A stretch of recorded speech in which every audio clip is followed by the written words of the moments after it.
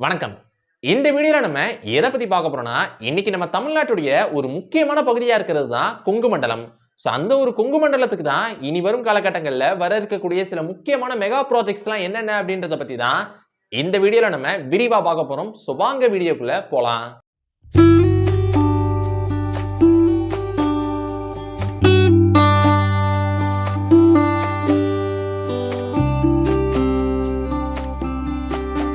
நம்ம லிஸ்ட்ல ஃபர்ஸ்ட் பார்க்க போற மெகா ப்ராஜெக்ட் அப்படின்றது கோயம்புத்தூர் இன்டர்நேஷனல் கிரிக்கெட் ஸ்டேடியம்.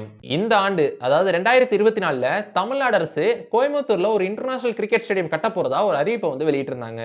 அதன்படி கோயம்புத்தூர்ல ஒரு இன்டர்நேஷனல் கிரிக்கெட் ஸ்டேடியம் அப்படின்றது அமையவிருக்கு. ஆனா அந்த ஸ்டேடியம் அமையவிருக்கக்கூடிய இடத்தை இன்னும் ஃபைனலைஸ் பண்ணல. ஆனா இந்த ஒரு இன்டர்நேஷனல் கிரிக்கெட் ஸ்டேடியம் அப்படின்றது இப்ப கரண்டா உலகத்துடைய மிகப்பெரிய இன்டர்நேஷனல் கிரிக்கெட் ஸ்டேடியமா இருக்கக்கூடிய அகமதாபாத்ல உள்ள நரேந்திர மோடி கிரிக்கெட் ஸ்டேடியத்தை விட அதிக கெபாசிட்டியில இந்த கோயம்புத்தூர்ல அமையவிருக்கக்கூடிய இந்த இன்டர்நேஷனல் கிரிக்கெட் ஸ்டேடியம் அப்படின்றது அமையவிருக்கு. நம்ம லிஸ்ட்ல செகண்ட் பார்க்க போற மெகா ப்ராஜெக்ட் அப்படின்றது Salem mega food park. Salem டிஸ்ட்ரிக்ட்ல உள்ள பெரிய சிறகப்பாடியில ஸ்டேட் கவர்மெண்ட்டும் சென்ட்ரல் கவர்மெண்ட்டும் இணைஞ்சு ரூபாய் 173 கோடி ரூபாய் செலவுல 70 ஏக்கர் நிலப்பரப்பளவுல இந்த ஒரு மெகா ஃபுட் பார்க் அப்படின்ற ப்ராஜெக்ட கொண்டு வர போறாங்க. 2019ல அறிவிக்கப்பட்ட இந்த ஒரு ப்ராஜெக்ட ஸ்டேட் இண்டஸ்ட்ரீஸ் டெவலப்மெண்ட் கார்ப்பரேஷன் அதாவது சிட்கோ தான் இந்த ஒரு ப்ராஜெக்ட முன்னெடுத்து செய்றாங்க. இந்த ஒரு ப்ராஜெக்ட மொத்தம் 3 பேஸா பிரிச்சிருக்காங்க. அதுல இப்ப பேஸ் 1 பணிகள் அப்படின்றது முடிஞ்சிருச்சு. இப்ப கரண்டா பேஸ் 2 உடைய பணிகள் முடியிற நிலையில இருக்கு. அடுத்து வரும் 2025ஆம் ஆண்டு மார்ச் மாசத்துக்குள்ள பேஸ் 3 பணிகளும் முடிக்கப்பட்டு இந்த ஒரு மெகா ஃபுட் பார்க் அப்படின்றது முழுமைக்கு முடிக்கப்படும் அப்படின்னு சொல்லப்பட்டிருக்கு. அப்படி வர இருக்கிற இந்த ஒரு மெகா ஃபுட் பார்க்ல நிறைய வேல்யூ ஆடட் ப்ராடக்ட்ஸ் அதாவது ஃப்ரூட்ல இருந்து எடுக்கப்படுற ஜாம், மில்லட்ஸ், ஸ்நாக் ஃபுட்ஸ் மாதிரி நிறைய வேல்யூ ஆடட் ப்ராடக்ட்ஸ் இங்க தயாரிக்கப்பட இருக்கு. அப்படி இந்த ஒரு மெகா ஃபுட் பார்க்ல இந்த வேல்யூ ஆடட் ப்ராடக்ட்ஸை தயாரிக்கிறதுக்கு தேவையான எல்லா ஃபெசிலிட்டிஸுமே செஞ்சிருக்காங்க. உதாரணத்துக்கு 24 மணி நேரமும் வாட்டர் அப்புறம் power access, overhead tanks, sumps மாதிரி இந்த ஒரு வேல்யூ ஆடட் ப்ராடக்ட்ஸை தயாரிக்கிறதுக்கு தேவையான எல்லா பேசிக் ஃபெசிலிட்டிஸுமே இந்த ஒரு மெகா ஃபுட் பார்க்ல செய்யப்பட இருக்கு. அது மட்டும் இல்லாம அப்படி வர இருக்கக்கூடிய இந்த ஒரு மெகா ஃபுட் பார்க்னால 5000 பேருக்கு நேரடி வேலைவாய்ப்பும் 5000 பேருக்கு மறைமுக வேலைவாய்ப்பும் உண்டாக்கப்பட இருக்கு. நம்ம லிஸ்ட்ல தேர்ட் பார்க்க போற மெகா ப்ராஜெக்ட் அப்படின்றது கோயம்புத்தூர் கரூர் ஹைவே ப்ராஜெக்ட். இந்த ஒரு ப்ராஜெக்டின் படி கோயம்புத்தூர்ல இருந்து கரூர் வரைக்கும் 182 கிலோமீட்டர் தூரத்துக்கு ரூபாய் 7565 கோடி ரூபாய் மதிப்பீட்டுல 6 லேன்ஸை கொண்ட ஒரு ஹைவே ப்ராஜெக்ட் அப்படின்றது வர இருக்கு. இந்த ஒரு ப்ராஜெக்ட் வரதுக்கான ஒரு முக்கியமான காரணம் இந்த 2 சிட்டிஸ் அதாவது கோயம்புத்தூர் மற்றும் கரூருக்கு இடையிலான கனெக்டிவிட்டியை இன்க்ரீஸ் பண்ணணும் அப்படின்ற ஒரு நோக்கத்தோட தான் இந்த ஒரு ப்ராஜெக்ட்டை கொண்டு வராங்க. இந்த ஒரு ப்ராஜெக்ட் சம்பந்தமா ரீசெண்டா கூட NHAA அபிஷியல்ஸ் என்ன சொல்லியிருந்தாங்க அப்படின்னா இந்த ஒரு ப்ராஜெக்ட் உடைய டீடைல்டு ப்ராஜெக்ட் ரிப்போர்ட் அப்படின்றது இப்ப தயார் செய்யப்பட்டு வருது அப்படின்னு சொல்லியிருக்காங்க. நம்ம லிஸ்ட்ல 4ஆவதா பார்க்க போற மெகா ப்ராஜெக்ட் அப்படின்றது சேலம் மெட்ரோ ப்ராஜெக்ட். 2011ஆம் ஆண்டு நம்ம சென்ட்ரல் கவர்மெண்ட் இந்தியால உள்ள டயர் 2 சிட்டிஸ்க்கான மெட்ரோ ரயில் ப்ராஜெக்ட் அனௌன்ஸ் பண்ணியிருந்தாங்க.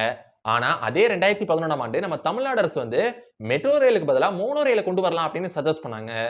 இதுக்கப்புறம் இந்த ஒரு ப்ராஜெக்ட் அப்படின்றது தள்ளி போயிட்டே இருந்துச்சு. இதுக்கப்புறம் ரீசெண்டா 2021ஆம் ஆண்டு சென்னை மெட்ரோ ரயில் லிமிடெட் இந்த சேலம் மெட்ரோ ரயில் ப்ராஜெக்ட்டுக்கான feasibility ஸ்டடியையும் டீடைல்டு ப்ராஜெக்ட் ரிப்போர்ட்டையும் ரெடி பண்ணுவாங்க அப்படின்னு சொல்லப்பட்டிருந்துச்சு. இதுக்கப்புறம் கடந்த 2023ஆம் ஆண்டு CMRL அபிஷியல்ஸ் என்ன சொல்லியிருந்தாங்க அப்படின்னா இந்த ஒரு சேலம் மெட்ரோ ரயில் ப்ராஜெக்ட் அப்படின்றது 2 ரூட்ஸ்ல 40 கிலோமீட்டர் தூரத்துக்கு சேலத்துல வர இருக்கு அப்படின்னு சொல்லியிருந்தாங்க. இதை தொடர்ந்து 2023ஆம் ஆண்டு செப்டம்பர் மாசம் இந்த சேலம் மெட்ரோ ரயில் ப்ராஜெக்ட்டுக்கான டீடைல்டு feasibility ஸ்டடி ரிப்போர்ட்டை தமிழ்நாடு கவர்மெண்ட் சப்மிட் பண்ணிருக்காங்க. இதுதான் சேலம் மெட்ரோ ரயில் ப்ராஜெக்ட்டுக்கான இப்ப வரைக்கும் இருக்கிற அப்டேட்ஸ். நம்ம லிஸ்ட்ல 5ஆவதா பார்க்க போற மெகா ப்ராஜெக்ட் அப்படின்றது கோயம்புத்தூர் மெட்ரோ ப்ராஜெக்ட். இந்த கோயம்புத்தூர் மெட்ரோ ப்ராஜெக்ட்டை கடந்த 2010ஆம் ஆண்டு நம்ம இந்திய அரசாங்கம் ப்ரோபோஸ் பண்ணியிருந்தாங்க. ஆனா 2011ஆம் ஆண்டு நம்ம தமிழ்நாடு அரசு மெட்ரோ ரயிலுக்கு பதிலா மோனோ ரயிலை கொண்டு வரலாம் அப்படின்னு சஜஸ்ட் பண்ணாங்க. இதனால இந்த ப்ராஜெக்ட் தள்ளி போயிட்டே இருந்துச்சு. இதுக்கப்புறம் 2013ஆம் ஆண்டு ஸ்ரீதரன் அப்படின்னு சொல்லப்படுற ஒருவர் கோயம்புத்தூர்ல இந்த மெட்ரோ ரயில் ப்ராஜெக்ட் பாசிபிளா அப்படின்னு ஒரு சர்வே கண்டக்ட் பண்ணாரு. அந்த சர்வேயுடைய முடிவா கோயம்புத்தூர்ல மெட்ரோ ரயில் பாசிபிள் அப்படின்னு சொல்லப்பட்டுச்சு. இதுக்கப்புறம் பல வருடங்கள் கழிச்சு இப்ப கோயம்புத்தூர்ல 147 கிலோமீட்டர் தூரத்துக்கு இந்த மெட்ரோ ரயில் ப்ராஜெக்ட் அப்படின்றது 5 லைன்ஸா அமையவிருக்கு. இதை தொடர்ந்து இந்த மெட்ரோ ப்ராஜெக்ட் உடைய டீடைல்டு ப்ராஜெக்ட் ரிப்போர்ட்டை கடந்த 2023ஆம் ஆண்டு ஜூலை மாசம் தமிழ்நாடு அரசு கிட்ட தரப்பட்டுச்சு.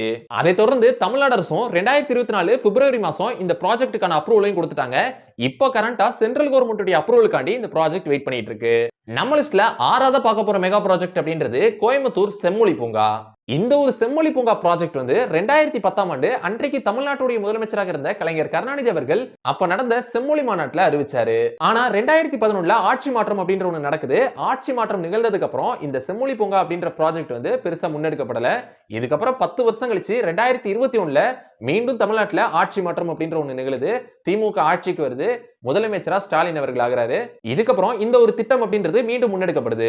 அதை ஒட்டி கோயம்புத்தூர்ல உள்ள சென்ட்ரல் பிரிசன் கிரவுண்ட்ஸ்ல 45 ஏக்கர் நிலப்பரப்புல ரூபாய் 170 கோடி ரூபாய் செலவுல இந்த ஒரு செம்மொழி பூங்கா அப்படின்றது அமைக்கப்பட்டு வருது.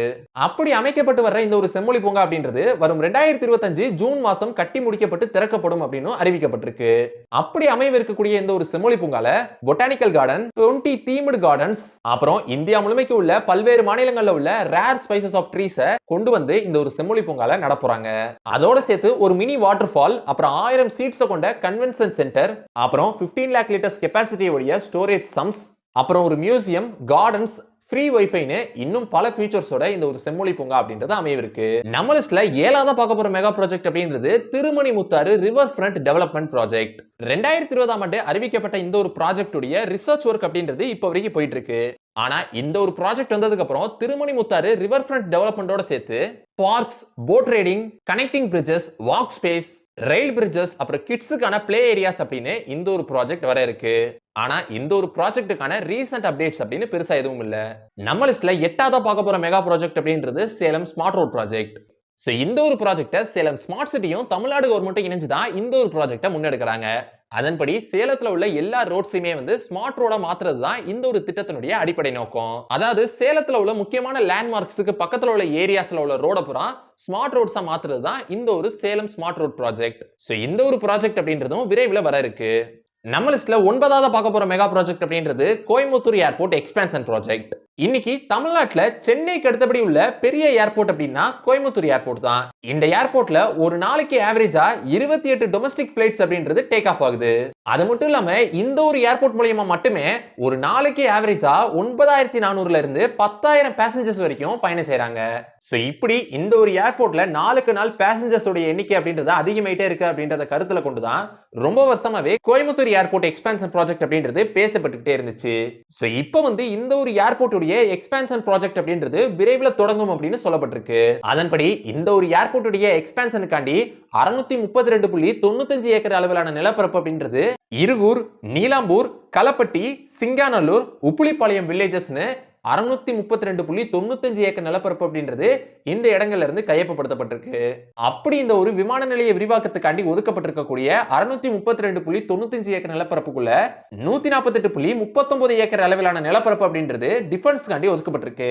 அப்படி இந்த ஒரு எக்ஸ்பான்ஷன் ப்ராஜெக்டின் படி ஏற்கனவே இந்த ஏர்போர்ட்ல இருக்கிற ரன்வேவை எக்ஸ்டெண்ட் பண்றதோட சேர்த்து புதுசா ஒரு டெர்மினல் பில்டிங், அப்புறம் ஒரு அப்ரோச் ரோடு, பேரலல் டாக்ஸிவே, அப்புறம் 2 பார்க்கிங் பேஸ், இதோட இந்த ப்ராஜெக்ட்டுக்கு தேவையான மத்த அம்யூனிட்டிஸ் அப்படின்னு இந்த ஒரு கோயம்புத்தூர் ஏர்போர்ட் எக்ஸ்பான்ஷன் ப்ராஜெக்ட் அப்படின்றது நடக்கவிருக்கு.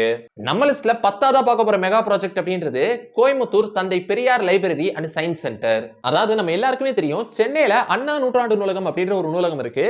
இது ஏசியாலே இருக்கக்கூடிய one of the biggest library. அதே மாதிரி சமீபத்துல வந்து மதுரையில பிரம்மாண்டமான முறையில கலைஞர் நூற்றாண்டு நூலகம் அப்படின்ற ஒரு லைப்ரரியை கட்டியிருந்தாங்க. அதனை தொடர்ந்து தான் இப்ப கோயம்புத்தூர்ல தந்தை பெரியாரின் பெயரால இந்த ஒரு லைப்ரரி அப்படின்றது அமையவிருக்கு. அப்படி கோயம்புத்தூர்ல உள்ள அனுப்பர் பாளையத்துல ரூபாய் 300 கோடி ரூபாய் செலவுல கட்டப்பட இருக்கிற இந்த ஒரு தந்தை பெரியார் நூலகத்துக்கு இந்த மாசம் நவம்பர் 2024 தான் நம்ம தமிழ்நாட்டுடைய முதலமைச்சர் ஸ்டாலின் அவர்கள் அடிக்கல் நாட்டினாரு. அப்படி இந்த ஒரு தந்தை பெரியார் நூலகம் வரும் 2026ஆம் ஆண்டு ஜனவரி மாசத்துக்குள்ள கட்டி முடிக்கப்பட்டு திறக்கப்படும் அப்படின்னு அறிவிக்கப்பட்டிருக்கு.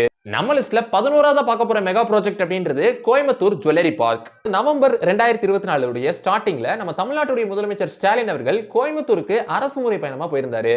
அப்போ வந்து கோயம்புத்தூருக்கான நிறைய முக்கியமான ப்ராஜெக்ட்ஸ் எல்லாம் அனௌன்ஸ் பண்ணாரு.